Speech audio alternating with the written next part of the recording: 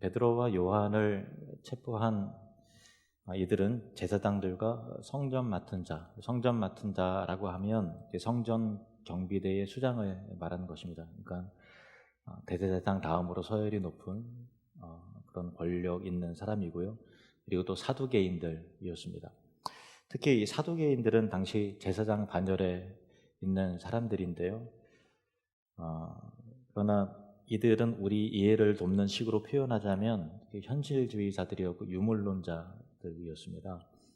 그래서 육체가 죽으면 영혼도 죽고 또 내세를 믿지 않았어요. 또 모세오경 외에는 다른 성경의 권위를 하나님 말씀으로 인정하지 않았고요. 그러니까 신학적으로 말하면은 진보주의자들이라고 할 수 있습니다. 보이지 않는 건 믿지 않는 자들이죠. 사두개파와 함께 그 당시 종교적인 양대 산맥을 형성하던 이들은 바리새파, 바리새인들이었습니다. 여러분 잘 아실 것입니다. 굉장히 보수적인 사람이었고요. 또 어떤 사람들은 백성들에게 그 존경을 많이 받는 사람들도 바리새인들 중에 있었습니다. 그리고 이들은 부활을 믿었고요. 또 내세를, 천국과 지옥을 믿었습니다. 그리고 천사와 마귀의 존재를 믿었습니다. 그러나 사두개파는 그렇지 않았어요. 그래서 그 당시에 신학적인 어떤 진보주의자들인 유물론자들인 사두개파와 그리고 보수적인 율법주의자들인 이 바리새파의 관계는 서로 대화가 통하지 않을 정도로 굉장히 그 서로의 관계가 불편하고 적대적인 관계였습니다. 그러나 예수님을 십자가에 못 박는 일에는 한 뜻을 이루어서 공동으로 그 일을 했던 것이죠. 여하튼 사두개파와 제사장들은 부활을 믿지 않았고 또 천사와 영적 존재를 믿지 않았기 때문에 우리 상식으로는 제사장들이 어떻게 내세를 믿지 않을 수 있을까 이런 의문을 갖게 되겠지만 당시 제사장들은 영적인 기능을 담당하는 자들이 아니라 로마 정부와 밀착이 되어서 그 정권에서 떨어지는 권력의 단맛을 알고 그것을 계속해서 누리려고 했던 일종의 기득권 계층의 사람들이었던 것입니다. 그런데 어느 날부터인가 이들의 신경을 슬슬 건드리는 일들이 예루살렘 중심으로 일어나기 시작한 것인데 그 낯선 청년 하나가 하나님 나라에 대해서 가르치고 기존의 질서를 뒤엎는 그런 가르침을 베풀 때 많은 사람들이 그 청년을 중심으로 모여들기 시작하고 심지어는 자신들의 터전이었던 성전에 매매하는 것을 막 뒤집어 엎고 그들을 내어 쫓고 하는 일들을 보면서 눈에 가시와 같은 그런 존재로 생각을 했습니다. 그래서 바리새인들과 공모해서 로마의 힘을 빌려 그를 십자가에 못 박아 죽게 했는데 그 잔당들이 남아서 계속 이상한 모임을 시작하고 예수가 부활했다고 막 말하기 다니기 시작하는 거예요. 그래서 뭐 그러다 말겠지 이렇게 생각을 했는데 이것이 미풍인 줄 알았더니 나비 효과처럼 점점 거세지더니 폭풍으로 바뀌는 거예요.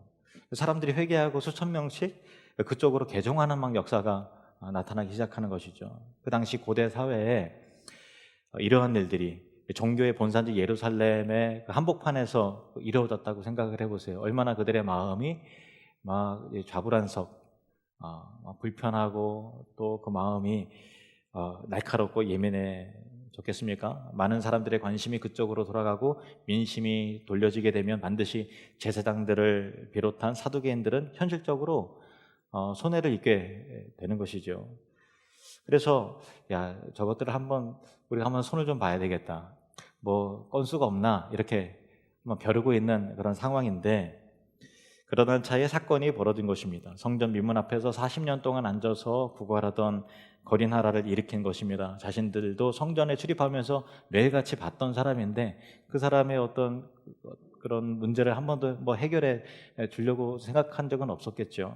그런데 그 사람이 예수 잔당의 우두머리 두 사람에 의해서 고침을 받았다고 하고 제사장들은 못하는 일을 이들이 했다고 하고 그리고 또 부활에 대해서 전파한다고 하니까 자기들은 부활을 믿지 않잖아요. 그러니까 교리에 반하는 일들을 계속해서 하니까 그 마음에 불안함과 극렬한 미움과 시기가 불타오르는 것 같이 가득했던 것입니다. 그래서 성전 바깥들 솔로몬 행각에서 복음을 전하던 베드로와 요한을 현장에서 체포해서 강제로 구금을 시켜버린 거예요. 이것이 그 제자들에게, 사도행전에 기록된 제자들을 향한 첫 번째 핍박에 관한 사건인 것입니다. 복음을 전하는 것은 2000년 전이나 지금이나 항상 세상의 저항과 미움을 받게 되어 있습니다. 사두개인들이 현실주의자들이었기 때문에 도대체 저 사람들이 전하는 말의 내용이 진리인지 아닌지 전혀 관심이 없는 거예요. 그들의 가치 기준은 진리냐 아니냐, 것이냐 참이냐가 아니라 저 사람들이 저 일이 함으로 내게 손해가 되느냐 아니면 이익이 되느냐라고 하는 단순히 물량주의적인 관점으로 바라봤을 때 이들은 우리에게 해가 되고 지금 우리가 누리고 있는 기반을 흔들 만한 그런 위험한 사람들이다라고 판단하고 생각을 했던 것이죠. 이것은 오늘날의 풍토와도 매우 유사합니다. 세상은 기독교를 싫어하지요. 진리가 무엇이냐에 별로 관심이 없어요. 그렇지 않습니까? 코로나19가 한창일 때 우리는 세상이 예수를 싫어하고 또 세상이 교회를 불공정하게 대하고 공평하게 대하지 않는다는 것을 더 많이 느꼈습니다.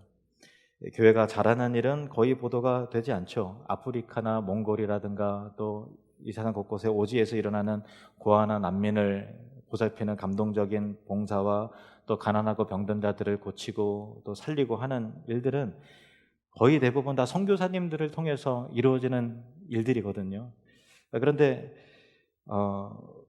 선교사가 또 교회가 하나님의 사람들이 그렇게 했다는 것으로는 전혀 보도가 되지 않죠. 그냥 봉사단체와 개인의 선행으로 보도가 되고 방송이 됩니다.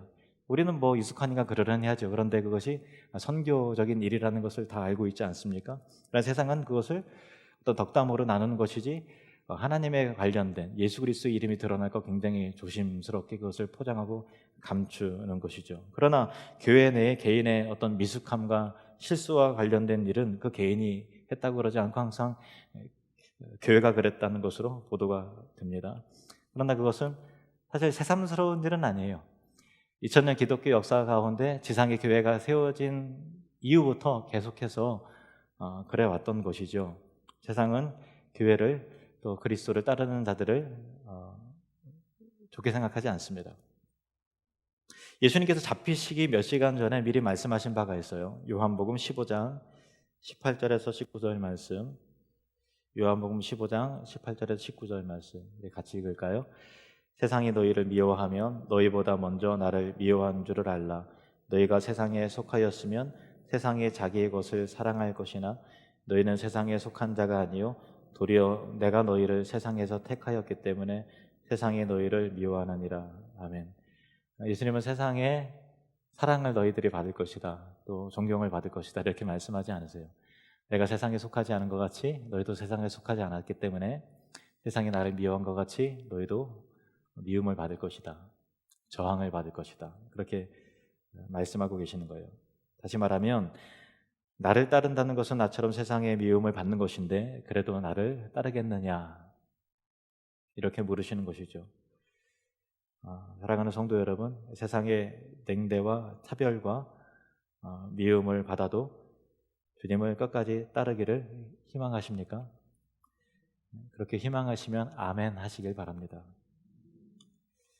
그것이 바로 믿음이요, 신앙이요, 십자가의 길인 것입니다. 이 베드로와 요한이 체포되어 구금되고 이튿날 대제사장에게 속한 모든 사람들과 백성들과 또 백성들의 관리들과 장로들이 사두개파 사람들과 바리새인들이 다 사내들인 공회원처럼 모여서 있는 그 앞에서 예수님을 십자가에 못 박은 자들이 그때 몇 개월 전에 바로 그 사람들인데 그 사람들 앞에서, 그 권세자들 앞에서 너무나 당당하고 담대하게 서 있는 모습을 우리는 보게 됩니다. 그리고 그 핍박을 오히려 복음 전파의 기회로 삼고 있는 이 베드로와 요한의 모습을 보십시오. 얼마나 멋집니까? 그런데 베드로는 불과 2, 3년 전 얘기도 아니고요. 두어 달 전 얘기예요. 두어 달 전만 해도 십자가 고난 앞에서 베드로는 예수님을 3번 모른다고 부인하고 또 주랭랑을 쳤던 사람이었잖아요. 부인했던 사람입니다. 핍박 앞에서 겁도 많고 두려움도 많았던 사람입니다. 그런데 이 베드로가 지금은 전혀 다른 사람이 되어서 전혀 다른 태도를 갖고 있는 것입니다. 그리고 이 갑작스러운 위기와 위협에 당황하지 않고 굉장히 침착하고 굉장히 논리적이고 성경적으로 담대하게 변론하고 복음을 증거하고 있는 것을 보십시오. 참 놀랍지 않습니까? 이것은 예수님의 말씀의 성취입니다. 누가복음 21장 12절에서 15절 말씀 보시면, 이 모든 일 전에 내 이름으로 말미암아 너희에게 손을 대어 박해하며 회당과 옥에 넘겨주며 임금들과 집권자들 앞에 끌어가려니와 이 일이 도리어 너희에게 증거가 되리라. 그러므로 너희는 변명할 것을 미리 궁리하지 않도록 명심하라. 내가 너희의 모든 대적이 능히 대항하거나 변박할 수 없는 구변과 지혜를 너희에게 주리라. 아멘.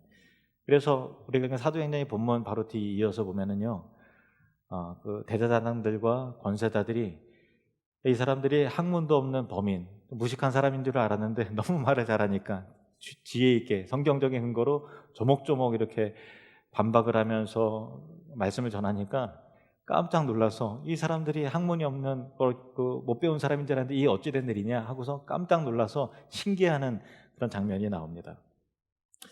예수님이 함께 하시면 없던 지혜도 생기고 없던 용기와 믿음과 담대함도 생기는 것이죠. 예수님이 주시는 지혜로 충만했던 이 베드로의 상태에 대해서 이 성경은 이렇게 기술하고 있습니다. 8절 말씀 같이 읽죠. 시작. 이에 베드로가 성령이 충만하여 이르되 백성의 관리들과 장로들아. 아멘. 성령이 충만했다 그랬어요. 우리 같으면은 그 기세에 눌려갖고 그 권세자들 앞에 찍소리도 못할 것 같이, 야, 이렇게 복음을 증거하고 기적이 이렇게 일어나고 뭔가 잘 되는 것 같은데 왜 갑자기 이런 상황 속에서 교회가 이제 일어설 법한데 이제는 끝나는 건가? 여기서 핍박받아 나도 이제 죽는 건가? 라고 하는 어떤 그 두려움과 위축되는 마음이, 우리 같았으면, 저 같았으면 아마 그랬을 텐데, 베드로는 불안과 염려로 충만하지 않고요, 성령으로 충만했다고 했습니다. 여러분의 어떤 삶의 위기와 고난 앞에 염려와 불안함으로 충만한 것이 아니라 믿음으로, 성령으로, 용기로, 담대함으로, 지혜로 충만해지시는 저와 여러분이 되시기를 주의 이름으로 축복합니다. 성령께서는 우리에게 구변을 주시고 믿음과 지혜를 주시고 담대함을 주시는 분이신 줄로 믿습니다. 그런데 이 베드로가 이렇게 확신 있게 설교할 수 있었던, 물론 이제 성령 충만한 건데 그것을 좀 분석적으로 이야기하면은요, 원래 베드로가 그전에는 진리에 대한 확신이 이렇게 있지 않았어요. 그런데 부활하신 예수님을 만났죠. 그리고 부활하신 예수님께서 친히 성경을 풀어서 모세의 글과 또 선지자들 글에 그리스도에 관한 것들을 조목조목 설명하셔서 40일 동안 특별 교육을 시키면서 하나님 나라의 언약이 이렇게 성취가 되고 그리스도 중심으로 이렇게 완성된다라는 것을 예수님께서 말씀하셨을 때, 이 성경이 이 구속사의 진리가 그리스도 중심으로 이루어졌고 또 이루어질 것이며 성취될 것이라고 하는 하나님께서 이루시는 역사를 베드로가 확신한 거잖아요. 진리에 대한 확신이 그를 담대하게 만들어 가는 것이죠. 이 우주의 역사가 하나님으로부터 시작이 되고 그리스도 중심으로 어떻게 완성될 것이라는 것을 아는 거예요. 이 사탄 가운데 어떤 핍박과 그런 것들이 진리를 깨뜨리지 못하고 우리의 영혼을 파괴시키지 못한다는 것을 베드로는 알고 있는 거예요.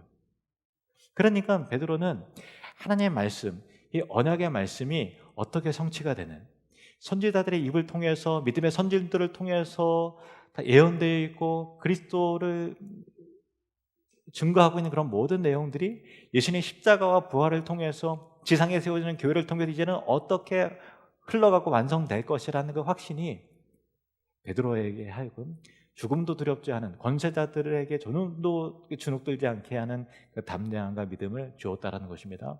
여러분, 하나님의 말씀을 확신하는 만큼 여러분은 담대해질 것입니다. 성령님을 강하게 의지하는 만큼 여러분들은 믿음의 사람이 될 것입니다. 그래서 이 베드로의 설교를 보면은 그리스도를 중심으로 한 하나님의 말씀, 하나님의 언약을 강하게 붙잡고 설교하는 것을 보게 됩니다. 오순절에 베드로가 백성들 앞에서 설교했던 첫 번째 설교도 이 하나님의 말씀을 붙들고 강하게 증거했죠. 그리고 솔로몬 행각에서 이루어지는 이 두 번째 설교도 마찬가지로 구속사의 언약을 강하게 붙들고 담대하게 설교했죠. 그리고 또 그 다음날 산하들인 공회원들 앞에서 이 세 번째 설교하는 것도 성경 중심으로 그리스도를 담대하게 증거했던 것입니다. 그 설교의 내용은 이렇습니다. 8절부터 12절까지 제가 읽겠습니다. 이에 베드로가 성령이 충만하여 이르되 백성의 관리들과 장로들아, 만일 병자에게 행한 착한 일에 대하여 이 사람이 어떻게 구원을 받았느냐고 오늘 우리에게 질문한다면 너희와 모든 이스라엘 백성들은 알라. 너희가 십자가에 못 박고 하나님의 죽은 자 가운데서 살리신 나사렛 예수 그리스도의 이름으로 이 사람이 건강하게 되어 너희 앞에 섰느니라. 이 예수는 너희 건축자들의 버린 돌로서 집 모퉁이의 머릿돌이 되었느니라. 다른 이로서는 구원을 받을 수 없나니 천하 사람 중에 구원을 받을 만한 다른 이름을 우리에게 주신 일이 없음이라 하였더라. 아멘. 이것이 사도행전에 기록된 베드로의 세 번째 설교 본문입니다. 그 중에서 특별히 11절 그리고 12절 말씀을 좀 살펴보겠습니다. 11절 말씀 우리 같이 읽겠습니다. 시작. 이 예수는 너희 건축자들의 버린 돌로서 집 모퉁이의 머릿돌이 되었느니라. 베드로가 시편 118편에 있는 이 본문을 인용하는 내용이에요. 하나의 야사가 있습니다. 실제 이야기인 것은 그 진위 여부는 확인할 수는 없지만 이스라엘 백성들에게 전해오는 그 구전 같은 이야기입니다. 솔로몬 시대에 성전이 건축이 되었잖아요. 근데 성전을 건축하는데 돌이 많이 필요하지요. 그래서 돌을 작업을 하는데 세 파트로 나눴습니다. 산 위에서는 돌을 캐서 자르고 다듬어서 설계 도면대로 이 돌을 정확하게 자르는 사람이 있는 것이고요. 그리고 또 성전 터로 그 돌을 운반해내는 사람들, 그리고 잘려진 돌을 딱딱 맞춰서 성전을 건축하는 그런 사람들이 있는 것이죠.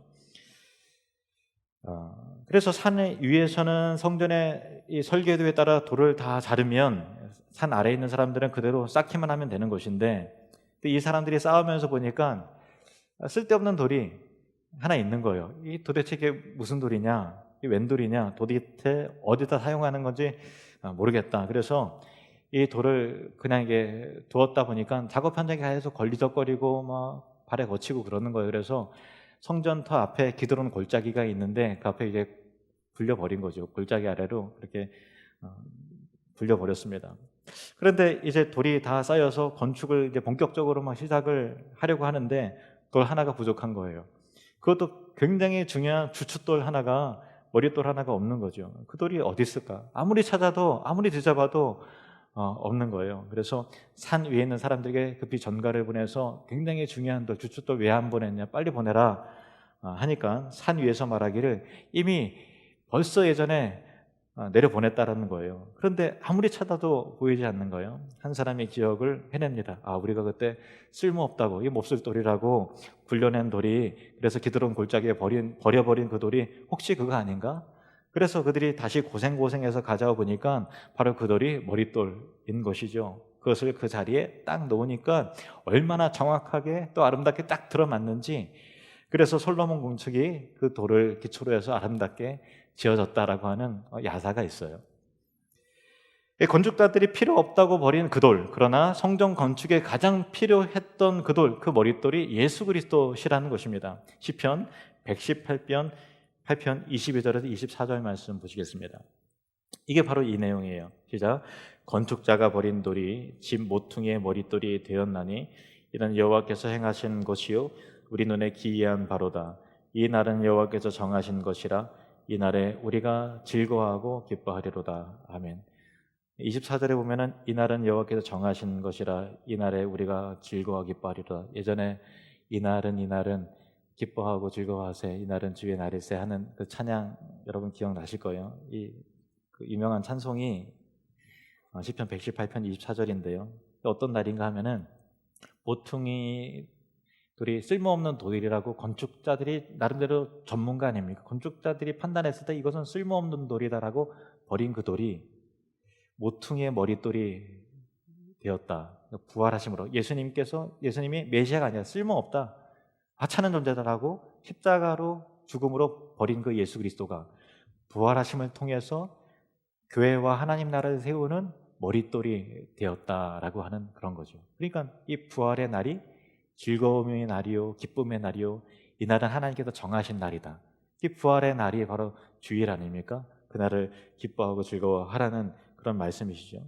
이 성경은 하나님의 언약에 관한 책이에요. 오실 예수 그리스도에 대해서 믿음의 선진들을 통해서, 여러 선지자들을 통해서 반복적으로 좀 더 깊이 있게 점진적으로 계속해서 말씀하신 것입니다. 그가 와서 구원할 것이다. 그는 하나님의 종으로 오실 것이다. 그는 하나님의 아들로 오실 것이다. 그가 우리의 죄를 짊어질 것이고, 그가 사람들의 죄값을 대신 치르고 고난받아 죽게 될 것이나 다시 부활할 것이다.